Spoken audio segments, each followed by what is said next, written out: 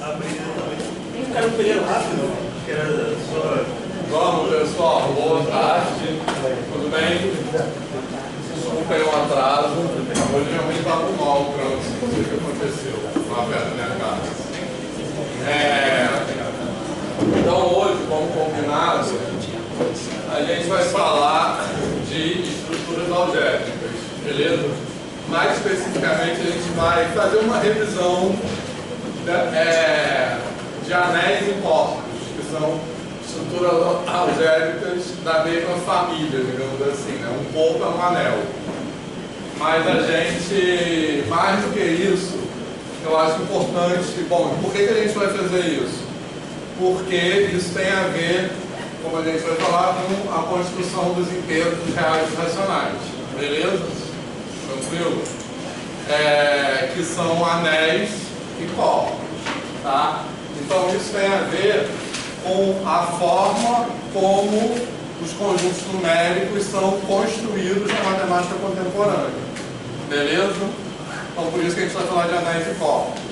Mas mais do que isso, não sei quem pensou, aqui já tem a definição de anel. Mas mais do que isso, é importante a gente conversar um pouco sobre a importância de definir estruturas algébricas, que é uma coisa bem característica da matemática contemporânea, beleza, pessoal? E eu acho, como a gente já falou um pouco na aula passada, eu acho que isso é uma coisa que não se discute nos cursos de graduação. Não sei se, tipo assim, essas ideias que eu estou chamando assim de proto-matemáticas, tá? Que são ideias que vêm antes das definições formais, né? Assim, da mesma forma que a gente falou o que é um axioma, o que é um teorema, etc., a gente falar mais do que simplesmente apresentar a definição de estruturas algébricas específicas, conversar um pouco sobre o que é uma estrutura algébrica ou alguma estrutura de qualquer outra natureza, e qual a importância disso na matemática contemporânea. Beleza, pessoal? Tá de boa? Não sei se vocês concordam com isso, que isso não é falar de graduação e que eu acho que isso atrapalha o nosso entendimento. Fala. Você falou mais ou menos. Tive uma discussão com o Legal. O meu é muito difícil, porque foi no século passado, né? Mas, o meu também. realmente as demonstrações não apresentavam definições. A aula era aquela tradicional, definição, demonstração, acabou. Isso. Não se discutia nada como chegou aqui. Os autores falavam como importante para o anel é ser fechado. Multiplicação disso. Então, mas isso tem a ver com... Na verdade, o que eu quero falar é anterior a isso ainda, né? Ser fechado na multiplicação e na soma tem a ver com a definição do que é uma operação. Beleza? Por exemplo, vou voltar a falar sobre isso já. Na educação básica, a gente fala assim, que, por exemplo, a soma é uma operação fechada dos naturais e a subtração não é uma operação fechada dos naturais. A nomenclatura é essa. Beleza? Formalmente, nos naturais, a subtração não é nem uma operação. Tá? Porque formalmente, para ser uma operação, ela tem que ser fechada. Mas já eu vou falar sobre isso. Tá? Dos naturais, falei reais? Não, dos naturais, a subtração não é fechada. Beleza? Então, mas a ideia de definir uma estrutura, eu acho que é importante falar sobre isso, porque isso é muito característico da matemática contemporânea, porque isso é um passo de abstração. A gente passa de um contexto mais específico para um contexto mais genérico. Tranquilo? Então, antes de existirem estruturas algébricas abstratas, quando a gente falava de álgebra, era a álgebra, ou seja, a aritmética dos conjuntos numéricos, beleza? quando a gente define outras estruturas algébricas, ou seja, quando a gente identifica operações em outros conjuntos e começa a estudar as propriedades dessas operações, que isso é o início da álgebra como campo na matemática hoje. Então, quando a gente faz isso, a gente dá um passo de abstração, porque a gente deixa de falar em a álgebra dos inteiros e isso passa a ser uma álgebra. Da mesma forma que com o advento das geometrias não euclidianas, a gente deixa de falar de a geometria euclidiana não é mais a geometria, é uma geometria. Beleza? Então, nesse sentido, que é um passo de abstração. Tranquilo? Vai de um contexto mais específico para um contexto mais genérico. Tá? E isso é muito característico da matemática contemporânea. A gente faz isso em álgebra, geometria, topologia, várias áreas da matemática. Tranquilo? Em topologia, por exemplo, a gente pode trabalhar, por exemplo, com uma ideia de distância. Tranquilo? Certo?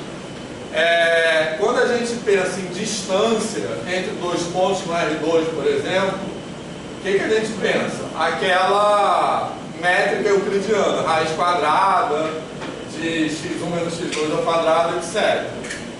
Quando a gente pensa em espaços métricos, uma distância é algo definido mais abstratamente. Então, essa métrica euclidiana, ela é uma distância. Existem outros possíveis. Tranquilo, pessoal? Certo? Tá de boa isso? Tá? E por que isso é tão característico da matemática contemporânea? Porque, vamos dizer assim, a gente identifica comportamentos iguais, né, comportamentos análogos em conjuntos nos quais os objetos têm naturezas diferentes. Beleza? Certo? Então a gente identifica propriedades que são comuns a esses conjuntos. Está de boa? Tá? Então, por exemplo, daqui a pouco a gente vai demonstrar, já vou falar dessa definição, tá? Daqui a pouco a gente vai demonstrar que em qualquer anel vale a regra dos sinais. Beleza? A regra dos sinais é um teorema, né? Aquele que a regra dos sinais do menos com menos é mais, etc. A regra dos sinais é um teorema que decorre dessas propriedades básicas. Então eu acho que entender isso nos ajuda em duas coisas, tá? Primeiro é entender que na educação básica a validade das regras dos sinais não é uma convenção, como às vezes se diz. Que eu já falo, por que 500 é mais? Porque é tipo uma escolha, uma opção. Não é isso, é uma necessidade de consistência algébrica. Se a gente quer que valham essas propriedades básicas, não tem como não valer a regra dos sinais. Beleza? Certo? Eu acho que isso é uma coisa importante. A outra coisa importante é a gente entender que em qualquer conjunto no qual valham essas propriedades, também valerá a regra dos sinais. Por exemplo, matrizes, que também é um anel, também vale a regra dos sinais na multiplicação de matrizes. Tranquilo? Tá de boa isso, pessoal? Então essa é a ideia de estrutura algébrica ou estrutura de outra natureza. É identificar comportamentos diferentes em conjuntos, aliás, ao contrário, comportamentos análogos em conjuntos diferentes. Beleza? Então, por exemplo, um número e uma matriz são objetos matemáticos completamente diferentes, mas eles têm um comportamento algébrico que tem analogias. Aí a gente diz que os dois são anéis. Tá legal, pessoal? Fez sentido isso? Tranquilo? Então, conjuntos e matrizes que você está falando são elementos diferentes, propriedades, eles são ambos satisfazem essas propriedades aí. Então, polinômios também, então são anéis, beleza? Tranquilo, pessoal? Certo? Tá de boa isso? Alguma pergunta? Bom, e aí, por que a definição é essa? Por que a gente chama isso de anel? Tá legal? Ou seja, por que as propriedades são essas e não outras? A gente poderia dar um nome, escolher o nome anel para uma coisa ou outro nome qualquer, sei lá, tendo uma propriedade a menos ou colocando uma propriedade a mais. Por exemplo, por que não tem nessa definição comutatividade da multiplicação? Poderia ter, beleza? Por que não tem? Tranquilo? Então, isso sim é uma escolha que depende do contexto matemático da época. Pode ser que no futuro apareça como aparecem sempre outras definições. Tranquilo? Tá? Bom, mas de forma geral, se a gente coloca mais propriedades, menos coisas receberão o rótulo de anel. Tá claro isso? Por exemplo, matriz não seria. Se a gente colocasse nessa lista aí comutatividade da adição, da multiplicação, como uma exigência para considerar alguma coisa um anel, matriz não seria um anel. Então a gente não poderia aproveitar aquele exemplo que eu falei agora há pouco, que é a validade da regra dos sinais. Tranquilo? Certo? E se a gente bota menos coisas na lista, mais coisas serão os anéis. Seriam considerados um anel, beleza, pessoal? Então esse equilíbrio é uma escolha que depende da necessidade da época. O que a gente ganha e o que a gente perde? Né? Se a gente bota mais propriedade, exclui coisas. Se a gente bota menos propriedades, inclui coisas, mas a coisa fica mais vaga. Beleza? Fez sentido isso? Tranquilo? Tá de boa? Então vamos lá. Alguma pergunta sobre isso? Mais? Então, acho que eu já falo. Você falou que a escolha dessas propriedades depende da necessidade da época. Qual era a necessidade da época que fosse feita essa escolha e não fosse feita outra? Então, E, tipo assim, o que geraria uma nova necessidade de forma que, vamos botar agora a gente precisa colocar a propriedade da comutatividade, porque isso pode acontecer. O que geraria isso? então, eu não sei responder essa pergunta assim, objetivamente. Mas algumas coisas que a gente pode pensar nessa direção. Por exemplo, pegando esse exemplo das matrizes. Se a gente colocasse comutatividade na multiplicação, matrizes não seriam um anel. E a gente identifica a necessidade matemática da época assim. A gente identifica matrizes como um objeto matemático cujo estudo da sua álgebra ajuda a modelar fenômenos. Basicamente é isso, beleza? Então, nos ajuda a ter uma estrutura que inclua matrizes como anel, por exemplo, entendeu? Isso aí que você falou, a questão toda é essa. Mas isso eu acho que não tem uma resposta muito assim fechada. É o que vai, por exemplo, outros objetos vão aparecendo, vão sendo inventados, porque eles são úteis, digamos assim, para estudar determinados fenômenos. Então, matriz é útil para estudar determinados fenômenos. Inteiros módulo N, né, que é aquele, sabe o que é todo mundo? Inteiros módulo N, aqueles objetos de congruência, que é a aritmética de restos, né? Então, também é útil para estudar várias coisas. Então, aquilo também é anel, entendeu? Então, isso depende das coisas que vão surgindo e vão forçando as definições a mudar para um lado ou para outro. Fez sentido? Ajudou?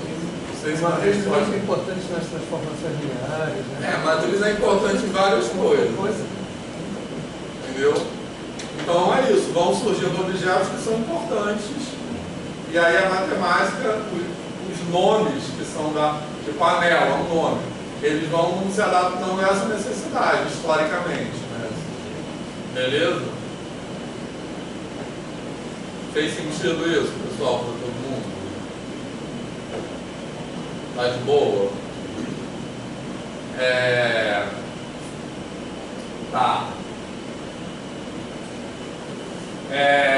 Então, agora alguns comentários específicos sobre essa definição.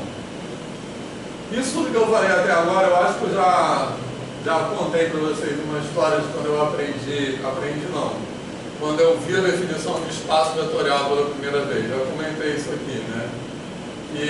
Que o espaço vetorial também é uma estrutura algébrica, beleza? Então, a ANEL é uma estrutura algébrica que nos permite reconhecer um comportamento algébrico parecido com o dos inteiros em outros conjuntos. Espaço vetorial é uma estrutura algébrica que nos permite identificar um comportamento parecido com o Rn em outros conjuntos. Beleza? Então, a definição de espaço vetorial, que também é uma estrutura algébrica, coloca a palavra vetor num contexto mais genérico, mais abstrato. Beleza? Então, quando a gente define espaço vetorial como estrutura algébrica, a gente pode pensar numa função como um vetor. Tranquilo? Certo? Por quê? Porque um conjunto de funções também satisfaz aquelas mesmas propriedades da álgebra de vetores. Beleza, pessoal? Certo? Isso é útil para estudar funções, que é a mesma coisa que eu falei para o Giovanni. Isso é útil para estudar funções em alguns contextos. Beleza? Tranquilo? Por exemplo, quando a gente resolve equações diferenciais, é útil a gente pensar num conjunto de funções como um espaço vetorial, porque a gente vai ter, por exemplo, o conjunto das soluções de uma equação diferencial ordinária linear é um subespaço vetorial desse. Isso ajuda a demonstrar coisas. Beleza, pessoal? Fez sentido isso? Mas o que eu ia comentar é que eu lembro da primeira vez que o professor chegou em sala e falou, vamos falar sobre espaço vetorial, escreveu a definição. E eu lembro a minha sensação de não entender nada. Mas eu acho que às vezes a gente pensa que esse não entender nada não é não entender o que estava escrito. É não entender de onde aquilo vem e por que aquilo é relevante. Então isso que eu estou conversando com vocês é com esse propósito. Então espaço vetorial é um conjunto munido de duas operações, que satisfaz. Então eu entendi o que estava escrito ali. Né, para todo, UV, pertencente, mas eu não entendi qual é o contexto disso. Então, esse é o objetivo dessa conversa. Beleza, pessoal? Tranquilo? Tá, algum comentário mais sobre isso? Tá. Então, vamos lá. Algumas observações sobre essa definição. Vamos lá, o que é a definição?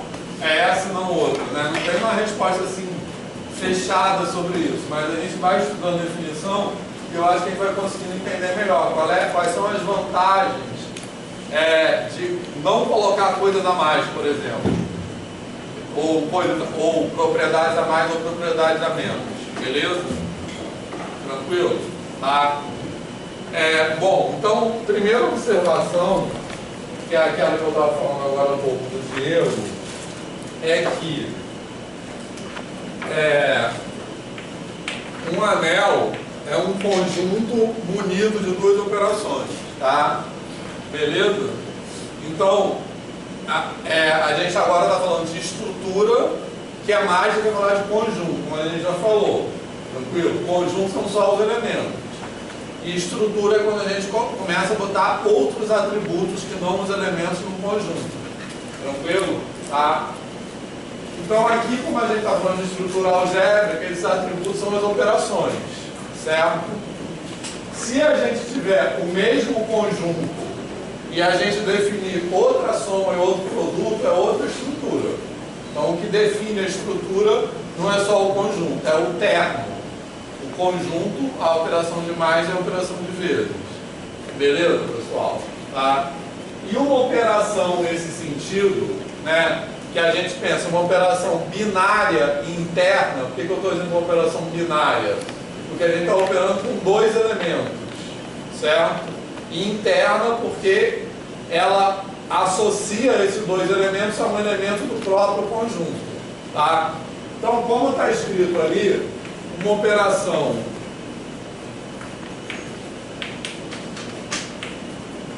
binária interna, ela é definida como uma função cujo domínio é o produto cartesiano do conjunto com ele mesmo e o contradomínio é o próprio conjunto. Tá de boa?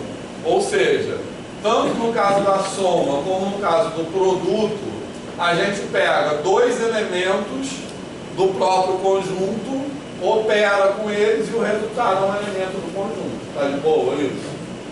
Tá? Então, por isso que elas são definidas assim. Tranquilo? Tá? Alguma dúvida nisso? Certo? Então, exatamente. Então, isso já é aquilo que a gente chama de fechamento. Tranquilo? Então, matematicamente, quer dizer, na matemática formal, para uma coisa ser uma operação, ela já tem que ter como contradomínio, uma operação nesse sentido de anel, algébrico aqui, ela já tem que ter como contradomínio o próprio conjunto. Tá legal? Certo? Então, nos naturais, se a gente olhar os naturais,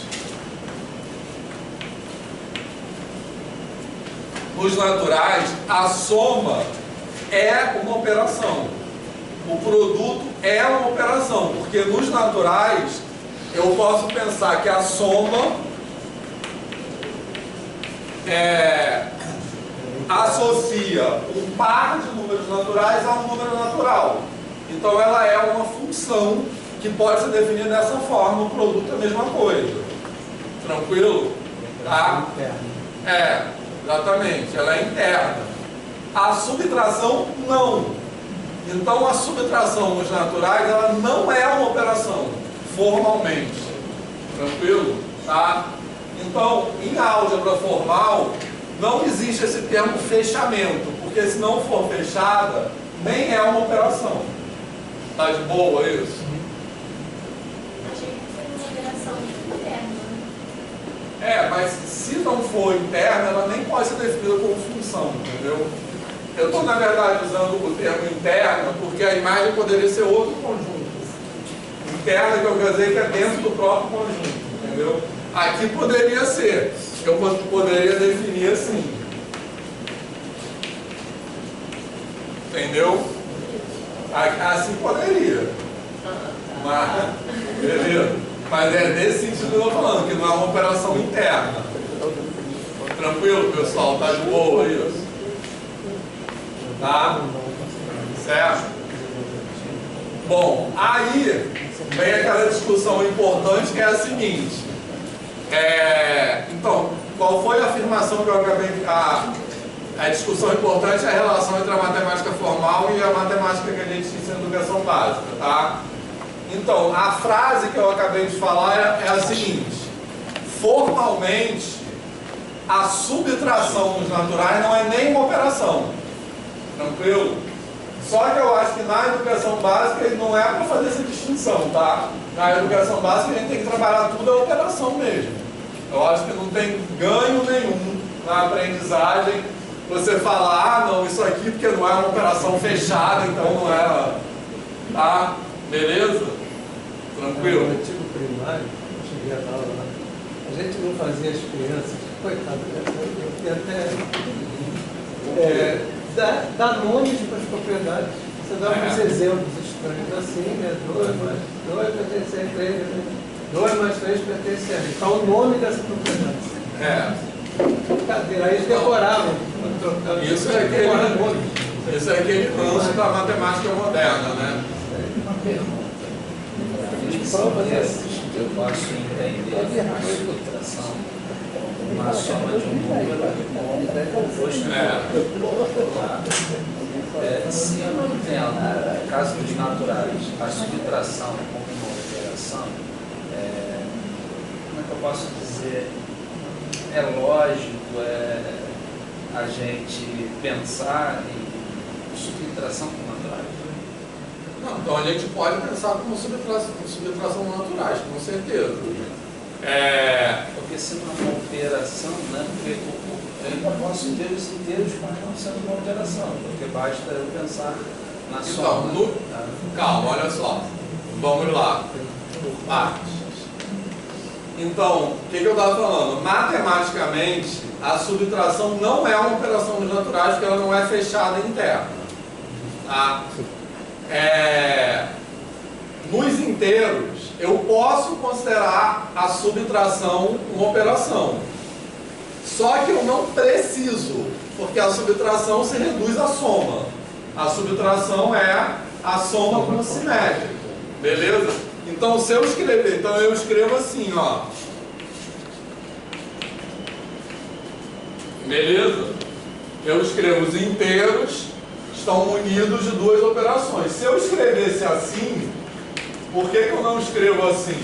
Porque isso seria redundante. Beleza?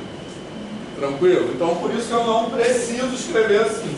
Porque todas as propriedades da subtração estão incluídas na soma, no caso dos inteiros. Tranquilo? Agora, nos naturais, o que acontece? Se eu pego dois números naturais e subtraio, isso pode dar um número natural ou não. Se eu pego dois números naturais e somo, isso necessariamente dá um número natural. Tranquilo? Agora, na educação, o que eu estou defendendo é que na educação básica, a meu ver, isso não é motivo para deixar de chamar a subtração de operação. Porque o que a gente quer na educação básica? Que o aluno tenha essa experiência de operar com as coisas. Beleza? Então, as estruturas. Exatamente. O comportamento, depois as interpretações, depois os algoritmos. Então, acho que não é nenhuma vantagem a gente... Porque isso é uma minúcia de formalismo, né? Assim, é a mesma coisa da divisão, né? É a mesma coisa da divisão. É porque, por exemplo, né, 5 menos 3, eu sei que vai resultar em 2, que é o natural. Mas se eu não penso no menos como uma operação, não seria esse menos 3. Natural. Então, nos naturais eu não posso pensar. Matematicamente eu não posso pensar, não tem como eu definir subtração dos naturais. Mas na educação básica sim, porque senão como é que eu vou falar disso? Então se eu estou falando de 5 menos 3, eu já estou formalmente trabalhando no inteiro. Formalmente sim. Mas na educação básica, se você fosse levar essa questão formal como referência, você só poderia ensinar a subtração quando chegasse nos inteiros. Tem algum sentido isso? Não? Entendeu? Beleza, pessoal? Ficou claro? Todo mundo está de boa com isso? É só complementando. E até muito difícil, né? Tipo assim, parece até simples falar que a subtração é a soma do oposto, né? E aí tem vários livros, às vezes de sexto ano, que a ideia da subtração começa a partir disso. E aí a criança fala assim, menos, por que ele colocou mais? Aí você vai tentar explicar que não faz para ele, não faz para sentido, eu atribuo uma outra coisa que não seja retirar. Exatamente. A subtração do aluno do sexto ano, do quinto ano, é retirar. Eu retiro alguma coisa e acabou. Se vai ser inteiro, se vai dar negativo ou não, isso aí ele vai ver depois lá no sexto, quando ele vê o conjunto inteiro. Todos os exercícios de sexto ano, de quinto ano, quando tu vai olhar as contas, nenhum deles, mesmo que seja subtração, dá um número diferente de um natural. Beleza. Aí só começa a aparecer um número negativo, né? Ali no sétimo ano, quando ele tem os inteiros. Aí que vem a discórdia toda, né? Aí vem o menos com menos, o mais com mais, e a gente começa a fazer esse monte de confusão. Então, olha só, pessoal, esse exemplo do Giovanni é muito bom, tá? Porque eu quero dizer. Guarda isso aí para você botar na próxima prova.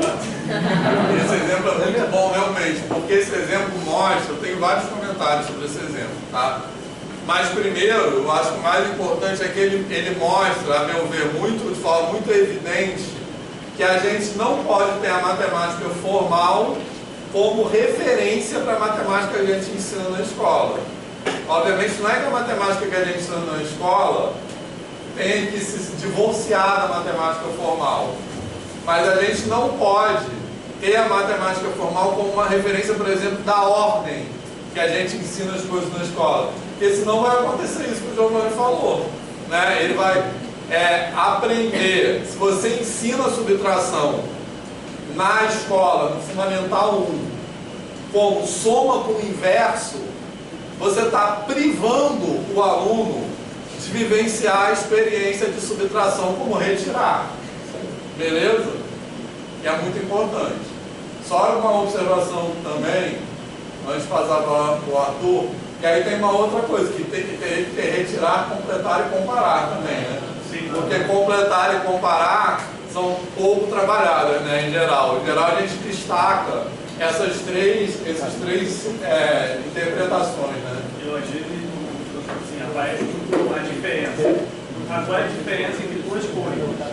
Aí só que isso está muito atrelado a subtrair essas duas coisas. O aluno não faz essa conexão. A diferença é subtrair. Porque às vezes nem que o produto vai multiplicar. Eles estão fechados, às vezes, na palavra. É somar, é subtrair, é multiplicar, é dividir. E aí, eu me lembro muito disso, porque uma vez eu dei uma prova, eu pedi um produto entre dois números. E aí um aluno, muito inocente na época, eu queria, na verdade, naquele momento entender se estavam de sacanagem ou de verdade, então eu segurei minha onda, para não falar nada em cima dele, e falou: professor, esse produto que está aqui, porque para mim produto é o que a gente compra no mercado. O que é produto? Aí eu pensei assim, pô, é sacanagem, não é possível. Porque eu tinha falado já para a turma o que era produto, né?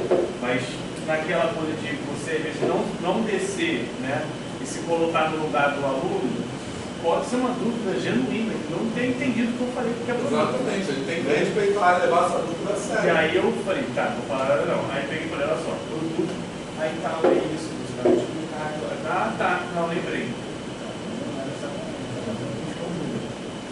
Então, assim, não é muito simples todos esses outros aspectos da operação. Exatamente, isso aí. E lembrando também que a gente já discutiu isso na primeira parte da disciplina, lembra? Particular isso que o Giovanni falou, as interpretações do sinal de menos, lembra? E quando a gente trabalha com naturais, o sinal de menos é só subtração. Depois, quando aparecem os negativos, ele passa a ser indicador de número negativo, principalmente simetria, né? Que é essa coisa simétrica que ele falou. Então essa passagem não é nada simples, né? Peraí, Arthur, depois o Ronaldo.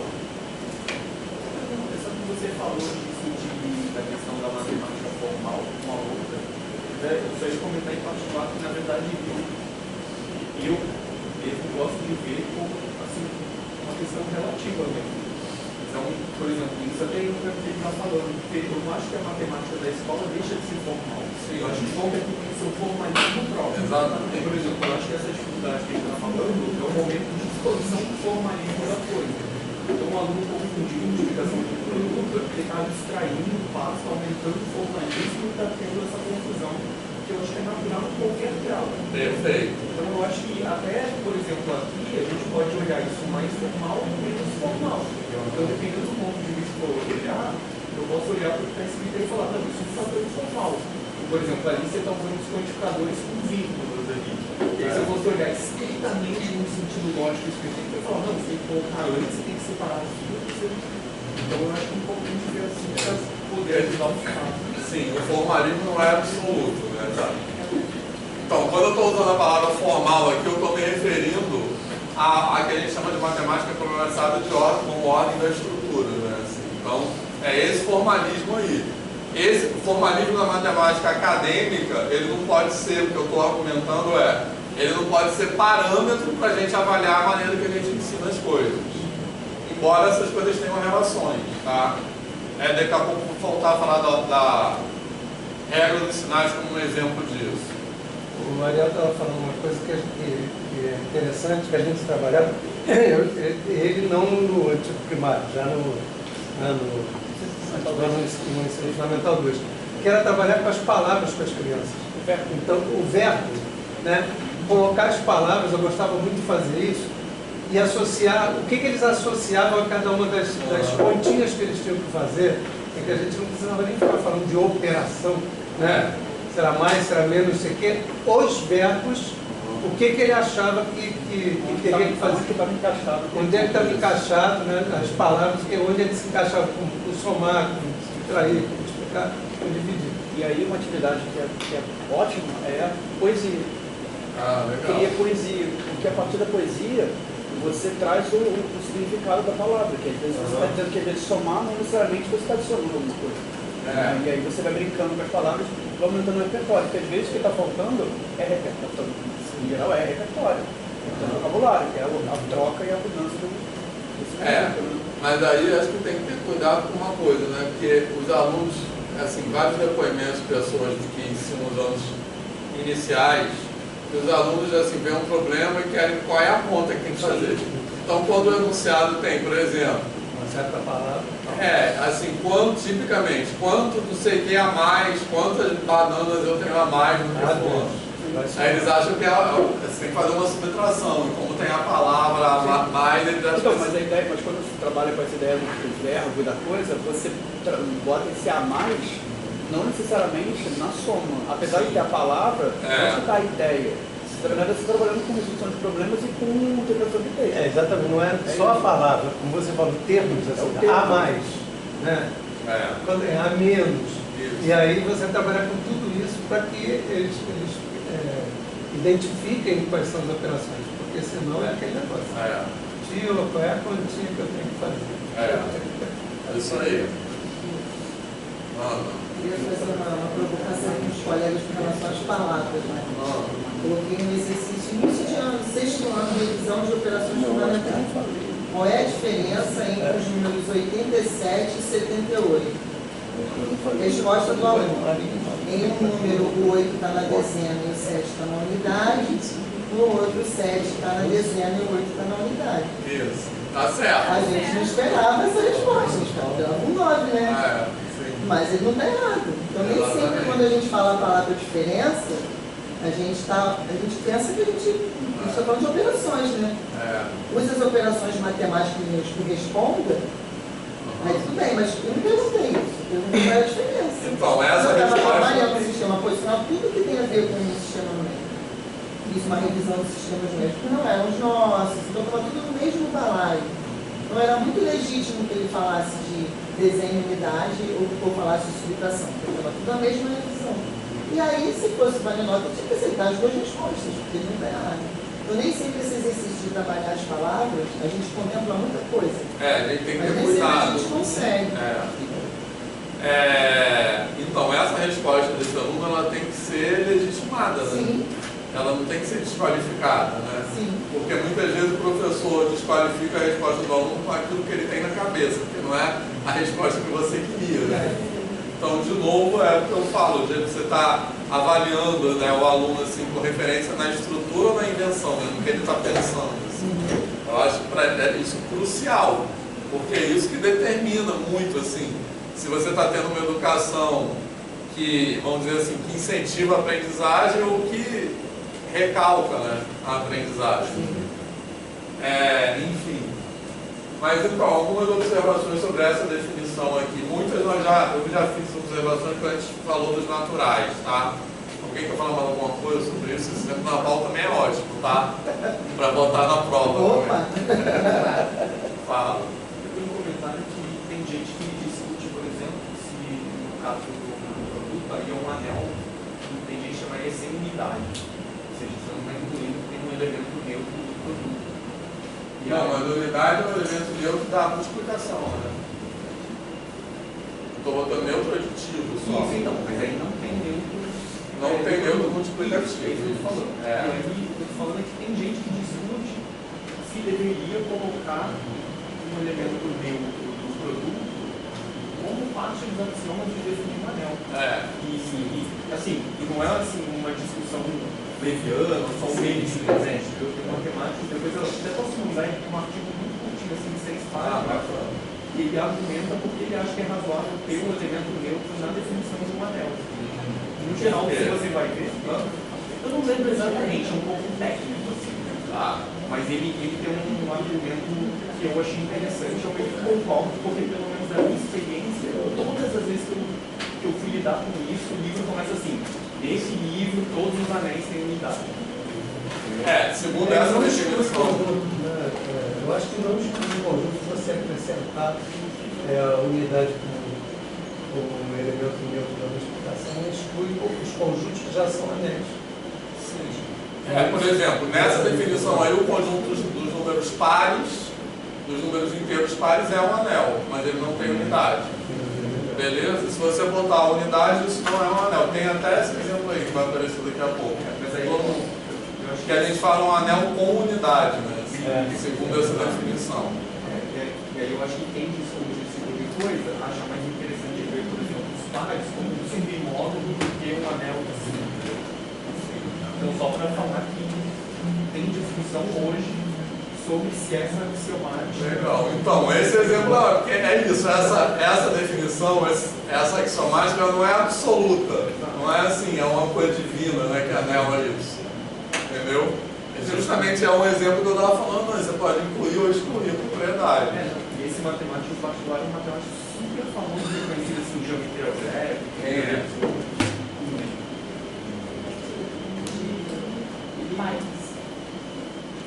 lembrei de muitas nomes, eu acho. Mas, enfim, eu lembro que eu vi isso e fiquei, caramba, é verdade. Porque todo livro fala, seja o anel com unidade. Isso. Então nessa definição aí que eu estou seguindo, que é mais padrão, eu vou falar anel com ou sem unidade, tá? Daqui a pouco vai aparecer. Então isso aí é uma questão da escolha da nomenclatura, porque a gente quando escolhe uma nomenclatura, essa nomenclatura rotula um determinado conjunto de coisas. Então que coisa a gente está escolhendo para ser ou não um anel? Aquela discussão que eu estava fazendo, tá de boa isso, pessoal?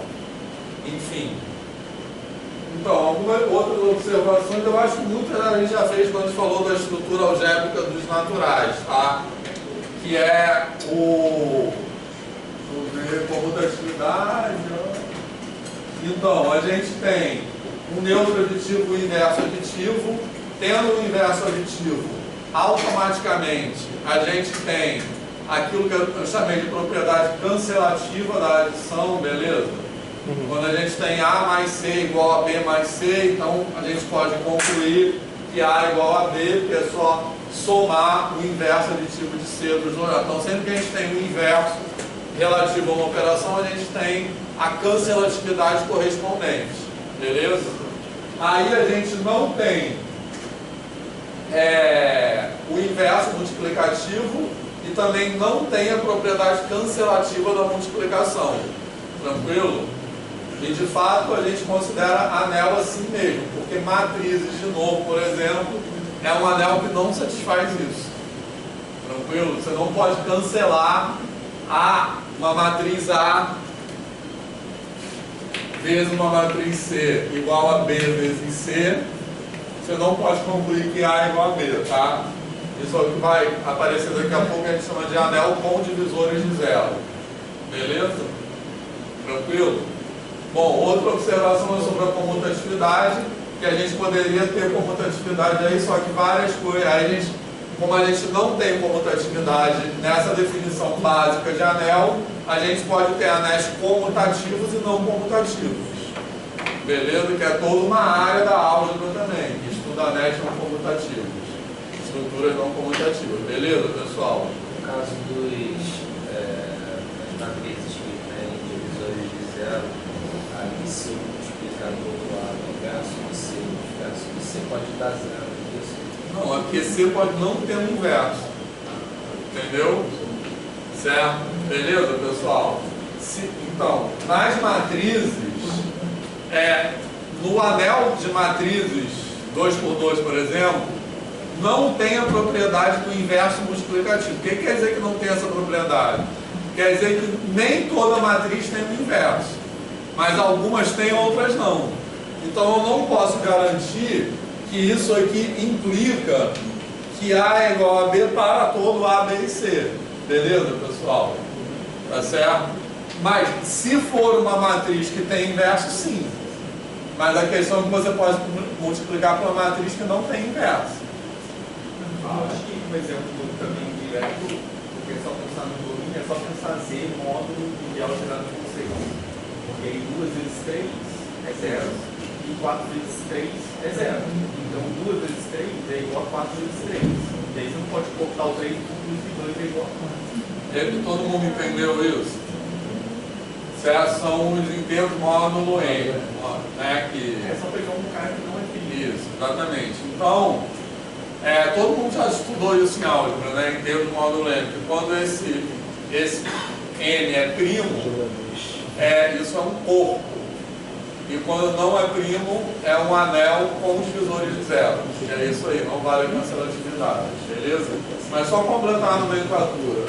Uma última observação sobre isso aí, que eu também já falei, é a distributividade, que, como eu falei, nessa definição ela tem um papel fundamental, certo? Porque ela conecta a adição com a multiplicação, senão você teria uma adição, uma estrutura e a multiplicação outra estrutura.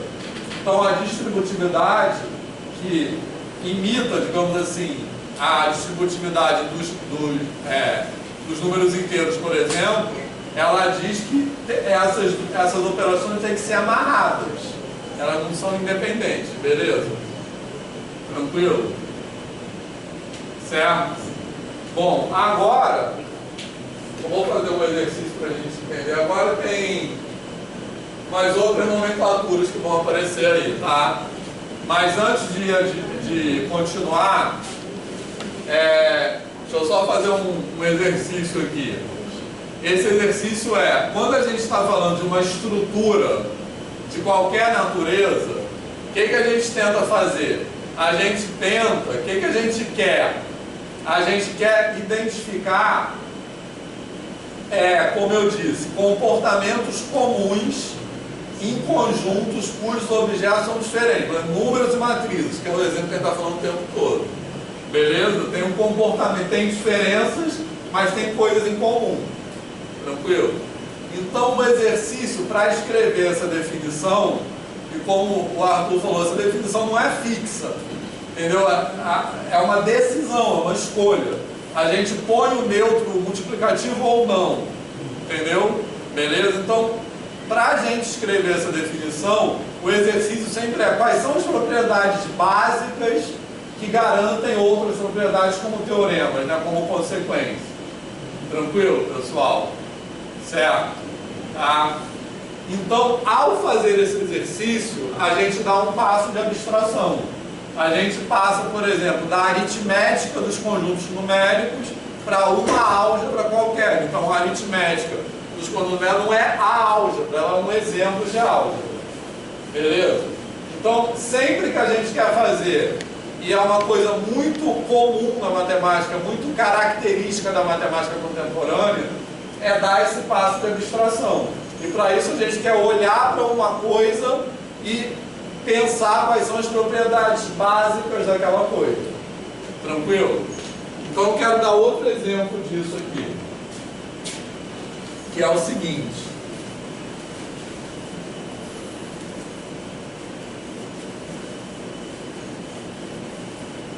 Que mais para frente da disciplina a gente vai voltar a falar sobre isso, então já adiantando. Que é a ideia de espaço métrico. Já ouviram falar nessa palavra? Então o que é espaço métrico? É um conjunto qualquer onde a gente define uma noção de distância. Tranquilo?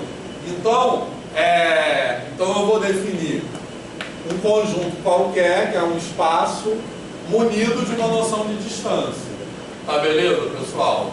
Então eu estou dando esse exemplo porque agora eu não estou mais falando de estrutura algébrica, mas é uma coisa análoga que a gente está fazendo aqui. Tranquilo? Então a gente, para escrever a definição que eu vou escrever agora, qual é o exercício que a gente faz? A gente vai olhar para a distância, para a noção de distância que nos é mais familiar e pensar quais são as propriedades básicas dessa noção de distância. Então, o que uma distância, o que algo tem que ter para ser considerado uma distância? Beleza? Então, o que vocês acham? Então, uma distância, ela vai ser uma função assim, ó. Vou escrever assim. Tranquilo? Certo? O que eu quero dizer isso? Uma distância vai pegar dois elementos do espaço e associar a distância entre eles. Tranquilo? Então, quais são as propriedades indispensáveis para que algo seja considerado uma distância? Que vocês acham? Primeira, o que tem que ter uma distância? Podem falar, tá errado mesmo, não tem problema. Qual é a coisa mais básica que uma distância tem que ter? Comprimento? Interação de suas Posições diferentes. Hã? Posições diferentes do espaço. Não, mas você tem dois pontos no espaço Comprimento? e você quer calcular a distância entre elas. O que ela tem que ser? Positiva. Essa acho que é a primeira coisa. Pode ter distância negativa. Ah, não, sim, é verdade. A gente pode até falar de distância com orientação, mas aí já é outra coisa. O que eu estou falando aqui é distância mesmo. Então a primeira propriedade é que a distância tem que ser maior ou igual a zero. Então, no caso, ela vai ser modular? Hã? Então, a distância vai ser modular? Já que não pode ter distância negativa? O módulo é um exemplo de distância. Ah, é um tipo, entendi. É um tipo. É um tipo, tá. Certo? Então, veja bem. A analogia que eu estou fazendo aqui é o seguinte. Num primeiro momento, a gente conhece uma única noção de distância, que na reta é um módulo e no RN é aquilo que a gente chama de norma da diferença, né? Beleza? Tranquilo? É a distância entre dois vetores, que é a chamada distância euclidiana, que vem em teorema de Pitágoras, raiz quadrada, blá blá blá. Num primeiro momento, distância pra gente é só aquilo. Beleza? Agora o exercício que eu estou querendo fazer é quais são as propriedades mais básicas daquilo. Então uma é essa. Qual mais? A distância pode dar zero? Pode, é quando ela Qual tá parada. caso que ela pode dar zero? Quando ela tá parada. Isso. É? Exatamente. Jamais poderia conseguir. Ou está falando também está estacionária? Está certo definir como está estacionada? Mas assim, a gente não está falando de movimento. Os pontos estão parados, entendeu? Tá, entendi. Então a distância entre dois pontos é zero se for um ponto só. Eu não posso ter dois pontos diferentes com a distância zero. Beleza? Bom, a outra, Deixa eu ver. que é muito importante, é que uma distância tem que ser simétrica. Beleza? Eu não vou calcular a distância de x a y, dá uma coisa, e distância de y a x dá outra. Essa era o que eu ia falar de primeiro, eu esqueci. Sim. Aqui eu tô. Exatamente. Estou escrevendo meio bagunçado. Poxa, a pessoa poderia ler com o caminho depois. Beleza? Tranquilo? Bom, e aí tem só mais uma, quarta. Ah, tá, entendi. Qual é uma coisa que é muito característica de distância que vocês usam muito? Que a distância entre que já vou dar uma pista. A origem, então. Não tem origem. Porque eu não necessariamente estou no espaço vetorial, eu posso ter um conjunto qualquer, que não tem origem, entendeu? Entendi. Que não tem zero, posso estar um conjunto qualquer. Pode repetir a pergunta? Então, calma que eu nem formulei. Foi mal. Na quarta propriedade da distância, já vou dar uma pista que é assim, que é uma coisa que envolve três pontos. O que a gente pode dizer? Espaço? O que a gente pode dizer da distância entre três pontos? Como ela se relaciona? Um plano no caso? Assim, qual a relação que a gente pode estabelecer aí entre a distância e desigualdade triangular? Beleza? Ah, tá. Certo? A distância de x a z somada com a distância de y a z, por exemplo, tem que ser maior ou igual que a distância de x a y. Sim. Tranquilo? Faz sentido.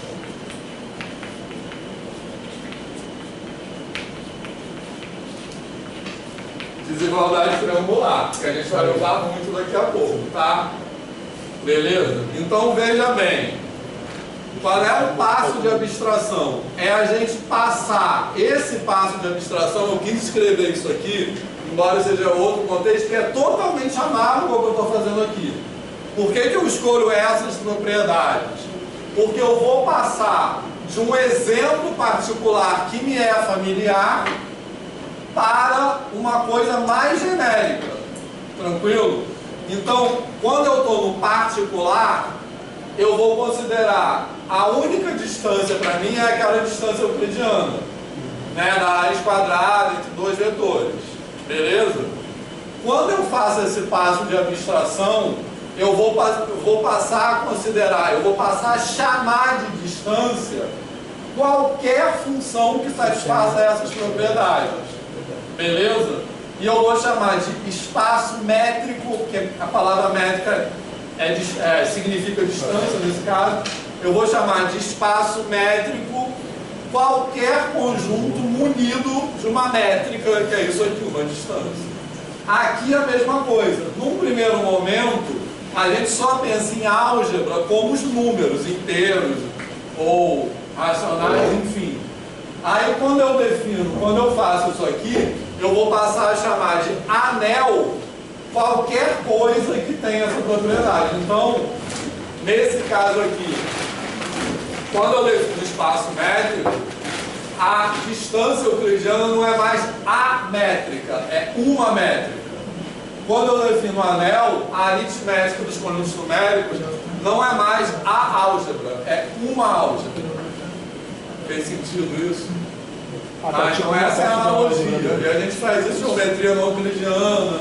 A gente faz isso. Isso é muito, eu estou enfatizando isso, porque isso é muito característico na matemática contemporânea. E essas passagens de abstração. E eu nunca, na minha vida, vi esse tipo de discussão.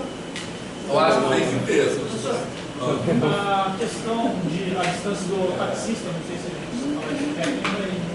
Também há uma distância, ela satisfaz isso aqui. Exatamente. Beleza? Em particular, dos peágios, a distância, ela não satisfaz a desigualdade triangular. Eles chamam de desigualdade ultramétrica. Então, às vezes, se você quiser, porque uma coisa que eu ia falar também, você falou assim, a gente pode isso para ter, pegando os axiomas para ver o que eu consigo demonstrar.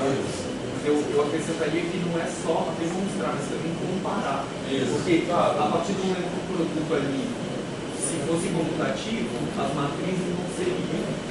E aí eu não poderia comparar os inteiros com as matrizes, mas não sendo, eu posso comparar eles com o conceito de anel. Exatamente. Isso aí. De forma uma categoria. Então, nesse caso aí, se eu conhecer o último axioma, eu faço essa separação e eu não tenho mais como comparar esses espaços com essa métrica mais rápida. Legal.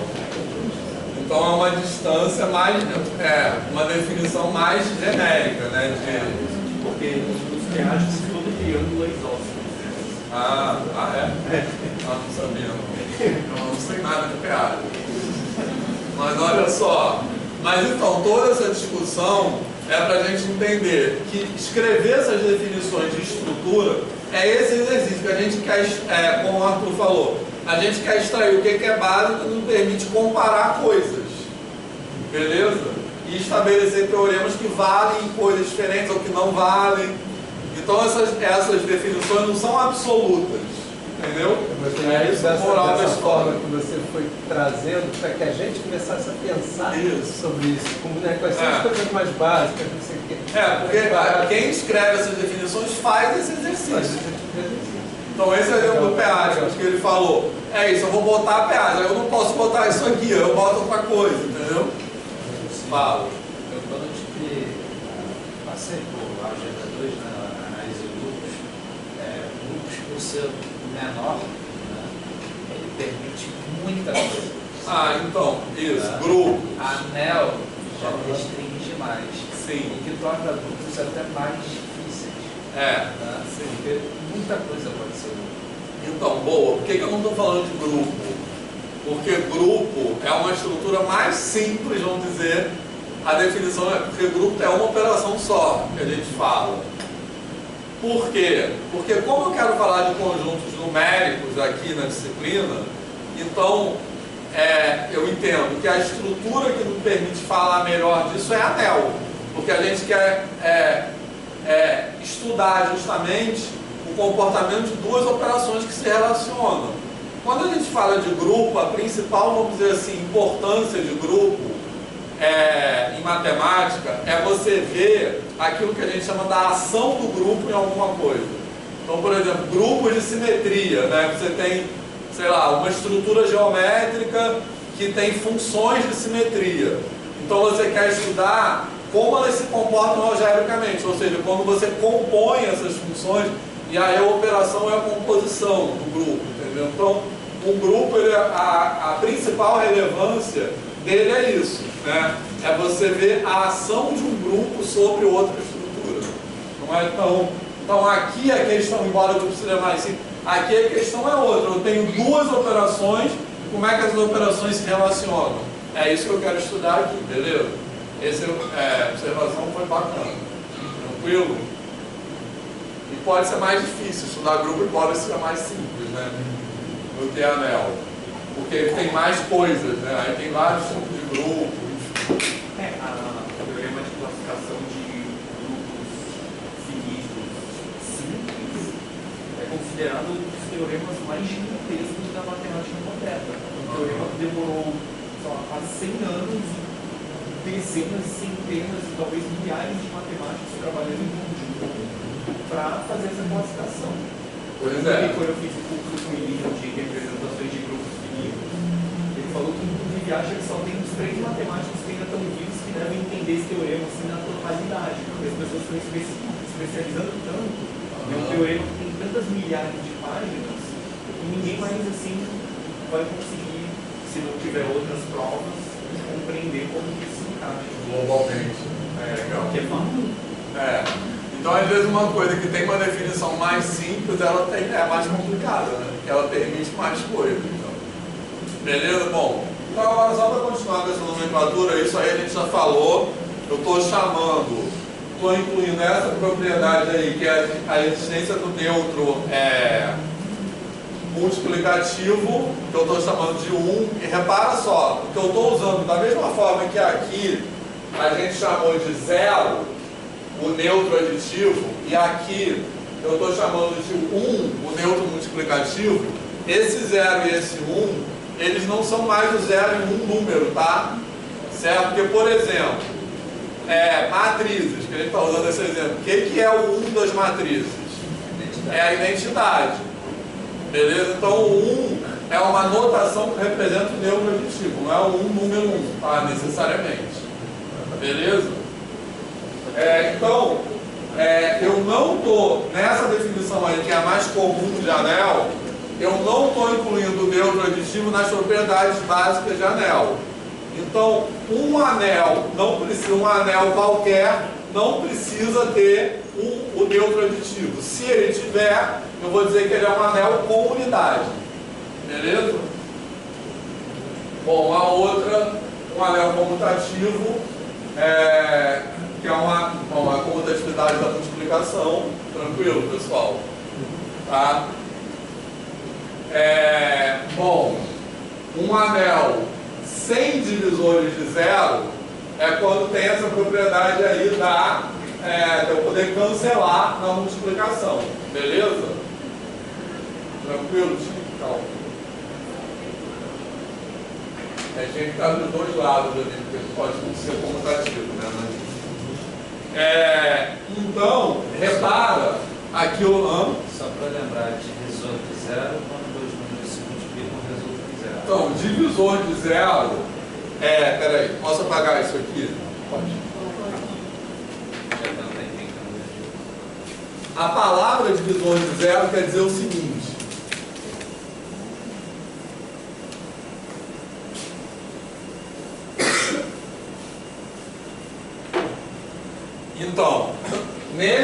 nessa propriedade aí, eu escrevi que um anel sem divisores de zero é um anel onde vale a cancelatividade da multiplicação.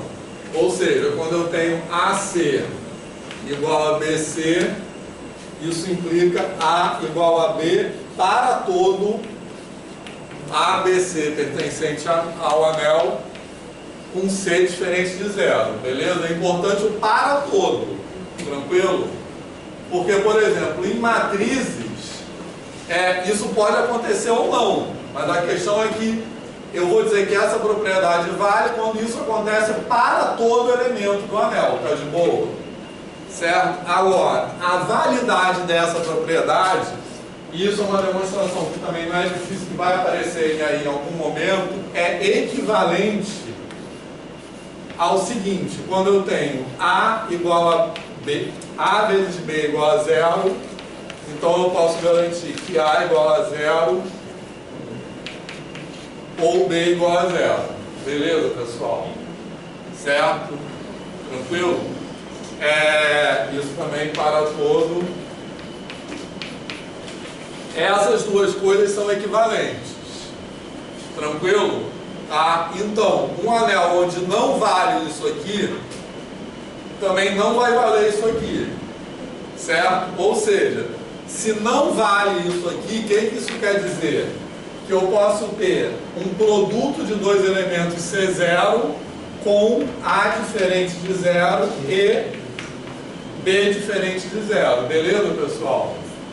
Tá tranquilo? Certo? Nesse caso, quando acontece isso aqui, é que eu digo que A e B são o que a gente chama de divisores de zero. Beleza, pessoal? Certo? Tranquilo? Então... Professor, como acontece com os módulos não primos? Isso, exatamente. Pode acontecer tudo. Isso aí. Tranquilo, pessoal? Tá de boa? Tá? Então, quando acontece isso aqui, vamos escrever uns exemplos ali, só para fixar as ideias. Quando acontece isso aqui, eu falo que o anel tem divisores de zero. Então, dois exemplos, matrizes. Eu posso ter essa matriz aqui, ó. Matrizes 2 por 2, tá? Quando a gente está falando matrizes aqui de uma forma... Porque quando eu falo assim, anel de matriz, não é qualquer matriz, tá? Não são todas matrizes.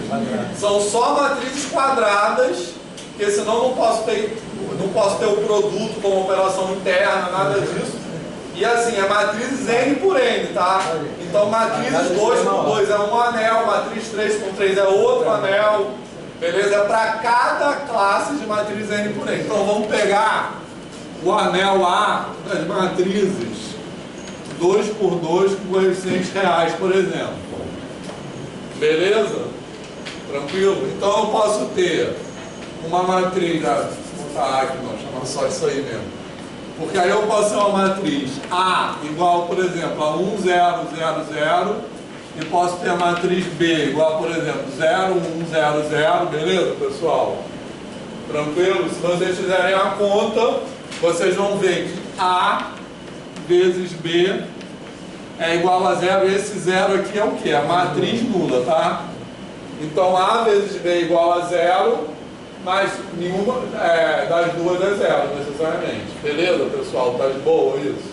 Então tem que mudar um pouco. Por quê? É porque faz a primeira linha. Tá dando... então, assim, vê se funciona. Assim funciona. Tá. Beleza, pessoal? Tá de boa? Tranquilo isso? Tá? Então, nesse caso aqui, eu digo que esse A e B aqui são divisores de zero, porque são elementos não nulos cujo produto dá zero. Tá de boa? Certo? De quebra você tem infinitos exemplos, que em vez de colocar um aí, você põe qualquer coisa. Isso, exatamente. Posso botar aqui um K, um A, Azinho e Bzinho, exatamente. Beleza? Tranquilo? Então esse conjunto é um conjunto com divisores de zero. Exatamente. Isso aí é uma... Então, matrizes é um anel com unidade, porque ele tem o 1, que é a identidade, e com divisores de zero, beleza? Bom, outro exemplo é o Z6, por exemplo, que o Arthur falou. Tá legal? Tranquilo, pessoal? Daqui a pouco vai aparecer esse exemplo aí, a gente vai adiantando. Que é o 0 barra, 1 barra. Beleza? Então aqui eu posso ter, por exemplo, se eu multiplico 2 barra por 3 barra, quanto vai dar isso? 0. Que é o 6 barra, que é 0 barra. Beleza? Que é igual a 4 vezes 6. 4 vezes 6 Isso, exatamente. Beleza, pessoal? Exatamente.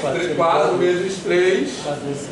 dá 12 barra, que também é 0 barra. Professor, mas fala anel Com divisores de zero.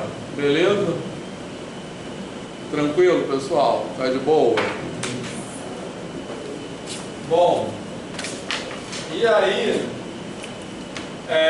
a gente vai chamar de domínio de integridade esse nome, mas isso assim, é uma questão de nomenclatura, tá? Não é ficar decorando isso, não. Porque essa nomenclatura é isso, não é fixa. Mas a gente usa esse nome, domínio de integridade, para falar de um anel com unidade comutativa e sem divisores de zero. Beleza? Aí por que isso tem um nome especial? Por que a gente chama de domínio de integridade? Então repara só, para a gente aqui, os inteiros são um domínio de integridade, tá beleza? Porque os inteiros são um anel comutativo com unidade e sem divisores de zero. Tá de boa? Certo? Deixa eu só completar, já volto aí. E aí tem a propriedade, a outra propriedade, que é quando tem o inverso multiplicativo. Quando tem o inverso multiplicativo, a gente fala que é um corpo. Tranquilo? Certo? Então o que é um corpo? É um anel comutativo com unidade e com inverso multiplicativo. Tranquilo? Ali não entra sem divisores. Não, porque sem divisores de zero é uma consequência de ter inverso multiplicativo, entendeu? Beleza? Aí vai ter a cancelabilidade. Todo corpo é um domínio de integridade, mas nem todo domínio de integridade é um corpo. Ficou claro isso? Como o Monique falou? Posso apagar isso aqui? Aí A demonstração disso aqui vai aparecer daqui a pouco. Tá? Aí a partir dos racionais, né? A partir dos racionais é corpo, exatamente. Mas aí uma hora você treina. Os paternos é um pouco que não é comutativo. Quer dizer, tem inverso, mas não é comutativo. Aí tem gente que chama de anel de divisão, porque um anel você pode dividir, mas não necessariamente comum. Exatamente, então essa nomenclatura, é legal a gente estar falando disso, que essa nomenclatura não é fixa, assim, entendeu? O que eu estou falando aqui é um negócio meio padrão, mas isso aí pode ir mudando. Depende do local. Acho que na França chamam de anel de divisão, chamam de ponto não comutativo. Mas aqui, geralmente se eu acho que coisa assim mais em inglês é anel de divisão. Tá. Mas, também não sabia não, mas é legal isso, porque é isso, esses nomes não são absolutos, né, assim. Então a discussão principal é por que a gente dá nome a essas coisas? Porque a gente quer comparar coisas, estabelecer teoremas comuns, mas isso é uma escolha. É isso que é a moral da história, eu acho. Bom, posso apagar isso aqui? Demonstração disso vai aparecer aí nesse PowerPoint já, tá?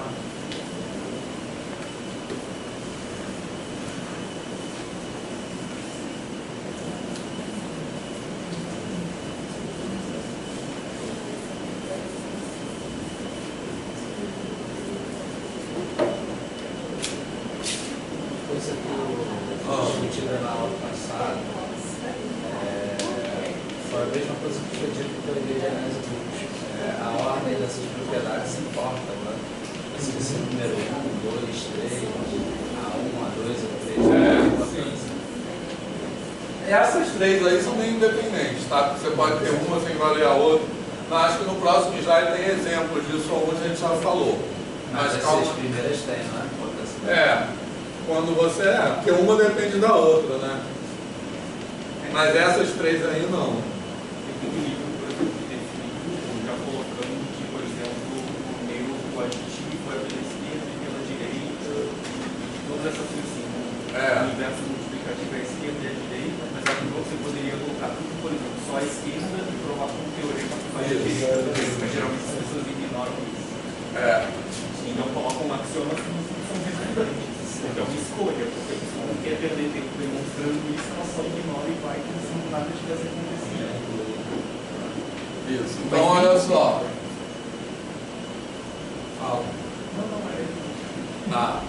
Então olha só. A existência de inversos multiplicativos implica em não ter divisores de zero. Tranquilo?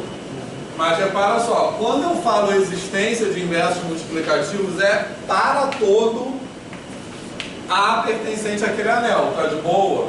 Porque no caso das matrizes, algumas têm inverso e outras não. Então eu não posso falar que a matriz é um corpo. Para ser um corpo tem que ter inverso para todo elemento. Beleza? Por isso que no caso das matrizes,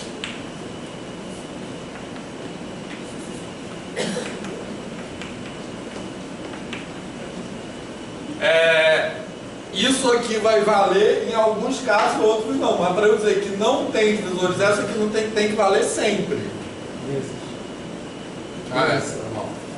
Beleza, pessoal? Isso tem que valer sempre, tá certo? Tranquilo? Então, sempre que tem inversos multiplicativos, eu posso garantir que não tem divisores de zero. Beleza? Mas a recíproca não é verdadeira. Eu posso não ter divisores de zero, mas não ter inverso multiplicativo. Qual é o exemplo disso? Os inteiros. Os inteiros não têm divisores de zero, mas não tem inverso multiplicativo. Beleza, pessoal? Tranquilo? Então, como a Monique falou, o que eu quero dizer? Todo domínio de integridade é um corpo. Não foi, você não falou isso? Todo domínio de integridade é um corpo, mas nem todo corpo é um domínio de integridade. Tá de boa isso? Tá? Então Z, por exemplo, Z é um domínio de integridade, não é um corpo. Porque Z é o quê? É um anel comutativo com unidade sem divisores de zero. E Q é um anel comutativo com unidade com inverso multiplicativo. Aí quando eu falo que ele tem inverso multiplicativo, eu não preciso dizer que ele não tem divisor zero, que é automaticamente. Então Q é um corpo. Tá de boa isso? Tranquilo? Calma que eu esqueci o que eu ia falar. Sim, aí por que domínio de integridade, por que essa coisa ganha um nome, né? Por que algumas coisas ganham um nome? Como a gente está falando o tempo todo, isso não é absoluto, não é fixo.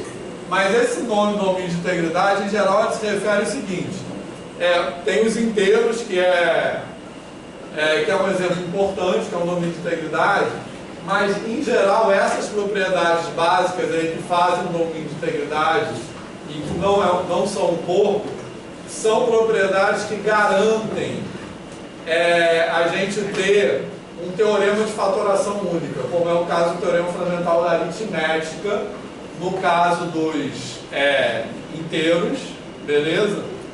E no caso, por exemplo, de polinômios, polinômios também são um anel comutativo com unidade sem divisores de zero. E também tem um teorema de fatoração única de polinômios, que aí quem faz o papel dos primos são os polinômios irredutíveis. Beleza? Fez sentido isso?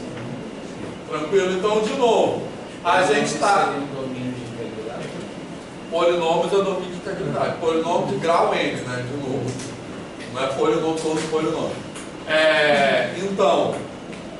Então, isso é para dar mais um exemplo de que a gente está querendo identificar coisas comuns. Então, comparar coisas, demonstrar teoremas comuns, está de boa isso? Então, a gente dá esses nomes, porque eles são, poderiam ser outros nomes, mas o objetivo de dar esses nomes é esse. Tranquilo, pessoal?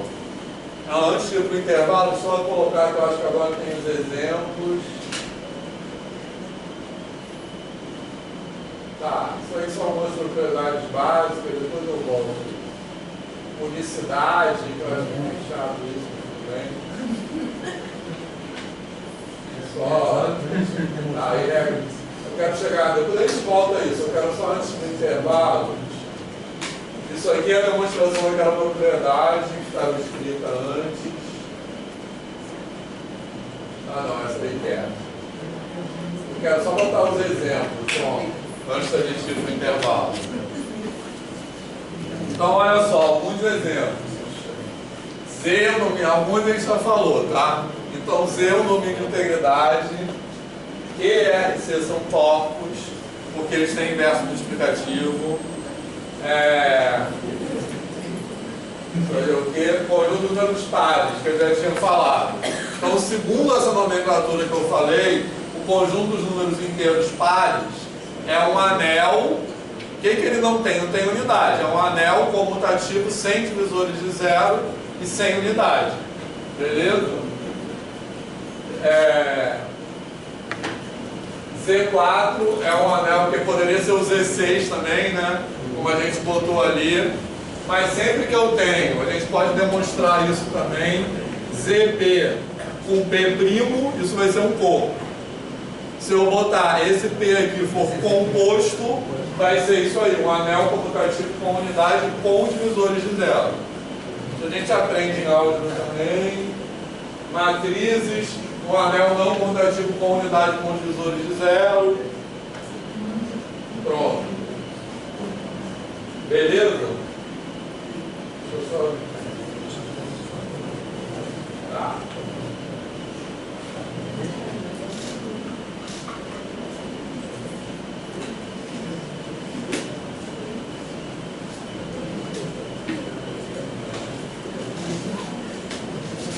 Tranquilo? Então é isso. Intervalo, na volta a gente fala disso aí. Alguém não assinou aqui?